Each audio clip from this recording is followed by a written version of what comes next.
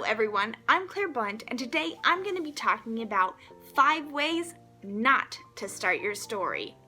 Number 1, introducing too many characters. Sometimes when trying to write the first scene of a story, it can be tempting to make sure all the important characters get mentioned. Don't do this. It doesn't actually help you out. The first scene does not need to be a meet and greet. And it most certainly is not the time to give a lengthy introduction to the main character's entire friend group.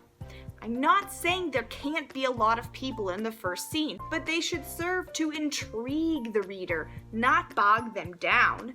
The first scene is a tease for the rest of the book. It's the hook. It's not the place to put loads of excess information. Another reason for not dropping too many main characters in the first scene is due to the fact that your main character needs to shine. You have to sell the voice of your main character to the reader. Focus on making sure the voice of your main is coming through rather than distracting from that voice by a plethora of main characters.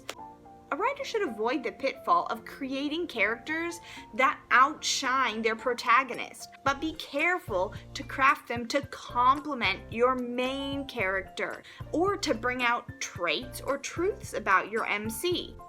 Side characters, or any character, must have a reason to exist in your story.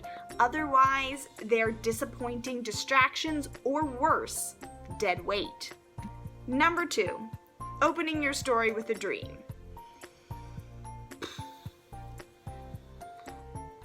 This is a very cliche way to open a story, and frankly, in my opinion, way overused.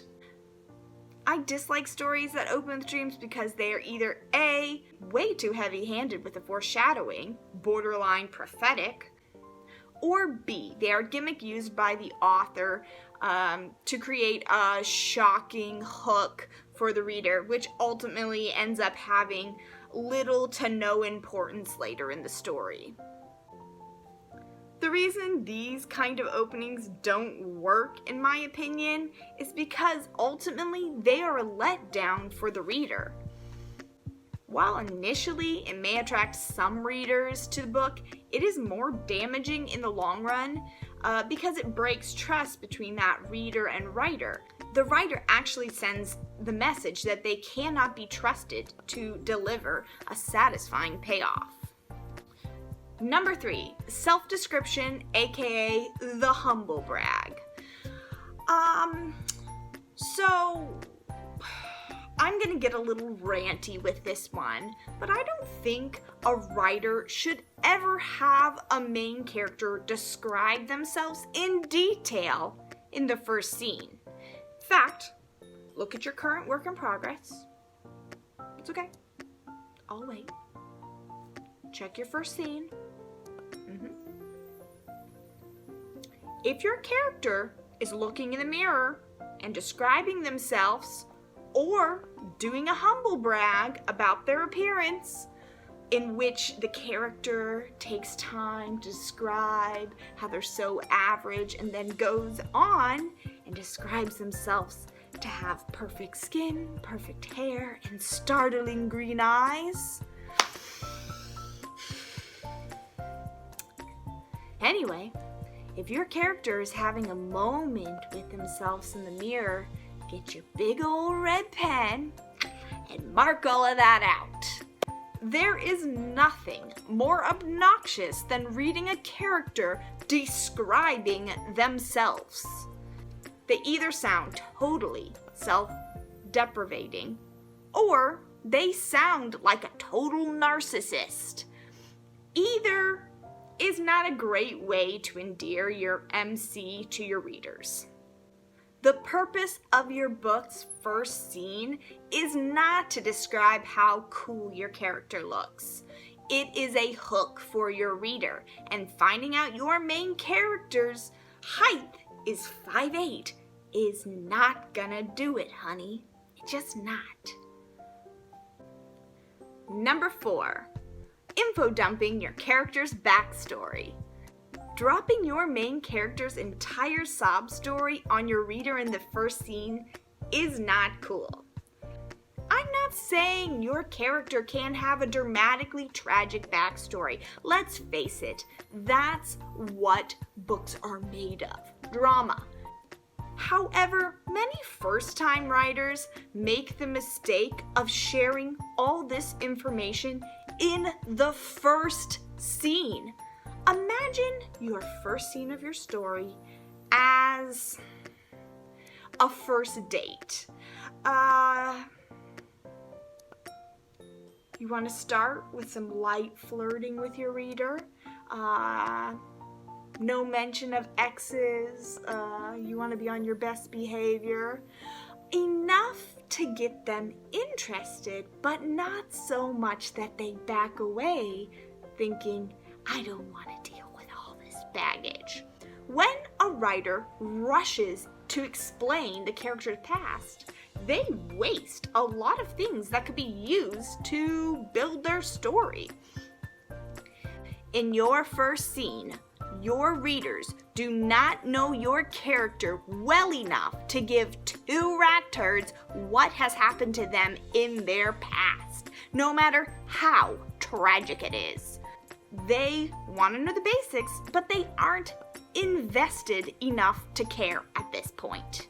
So do not waste all of your character's damage in the first scene. Instead, tease your readers with just tidbits of your character's past. Continue to do this in scenes beyond scene 1. I'm not saying that in scene 2 you need to dump everything in there too. That way, when your main character finally breaks down and reveals why she cannot stand the color blue, your readers care. They're invested. And number 5, high action when it's not anywhere else in your book. So something I've noticed is that sometimes in order to hook the reader, writers feel the need to start their story at a high point of action in their story. Sometimes this is done giving the reader a flash forward to the future. I'm not saying that this is bad, but if your story is a slow burn courtroom drama and your opening scene is a flashback or a flash forward to the only high point of action in that story, or as I mentioned, if it's a dream, this is misleading. When you hype up your readers that way, you're kind of lying about what your story is. Okay, maybe it's not lying. It's just you're presenting it as something that it's not. And this actually is quite frustrating to a reader. When you write a story that is slowly building, you should reflect that in your first scene. That way you're attracting the correct readers to your story, people that are actually going to appreciate it, rather than feel frustrated because they feel like the book was misrepresented in that first scene. We've all picked up a book on the shelf at Barnes & Noble's, which was too expensive. We flipped to the first page and gave it a read, and it gave us an idea of what that book was. And then you paid $25 for the book, brought it home, and discovered that it really wasn't what those first pages was saying it was. Your first scene is a promise to your readers that, yes, more of this is coming. And if you can't deliver on that promise, you may need to rethink your beginning, because people shouldn't feel tricked by your first scene. There are other ways to hook readers with in the first scene without action. I'm actually may make a video on that. Comment below if you would be interested in hearing different ways to write a hook in your first scene.